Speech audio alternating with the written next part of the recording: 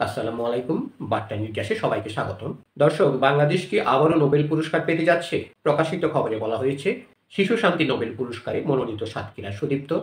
শিশুদের নোবেল আন্তর্জাতিক শিশু শান্তি পুরস্কার 2025-এর জন্য সাতক্ষীরার তরুণ সমাজকর্মী সুদীপ্ত দেবনাথ মনোনীত হয়েছেন। ডক্টর মোহাম্মদ ইউনূসের হাত ধরেই প্রথমবারের মতো বাংলাদেশ শান্তিতে নোবেল পুরস্কার অর্জন করেছিল। সুদীপ্ত শিশু সুরক্ষা, জলবায়ু, ন্যায় বিচার ও শিক্ষার প্রসারের কাজের স্বীকৃতিস্বরূপ এই মনোনয়ন পেয়েছেন।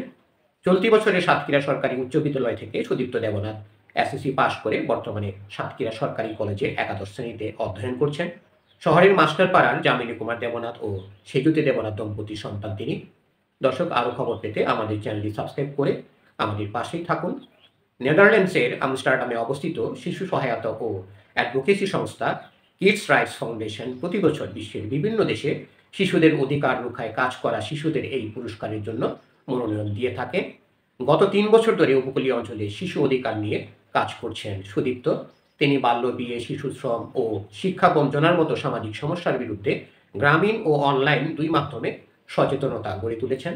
তার উদ্যোগে একাধিক বাল্যবিবাহ প্রতিরোধ হয়েছে এবং বহু পরিবার শিক্ষার গুরুত্ব সম্পর্কে সচেতন হয়েছে।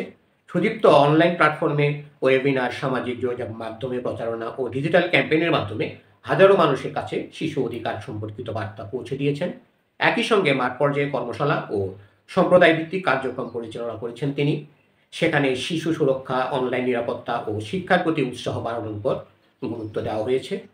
মনোনয়ন প্রসঙ্গে সুদীপ্ত বলেন, আন্তর্জাতিক শিশু শান্তি পুরস্কারের জন্য মনোনীত হয়ে আমি ভীষণ আনন্দিত।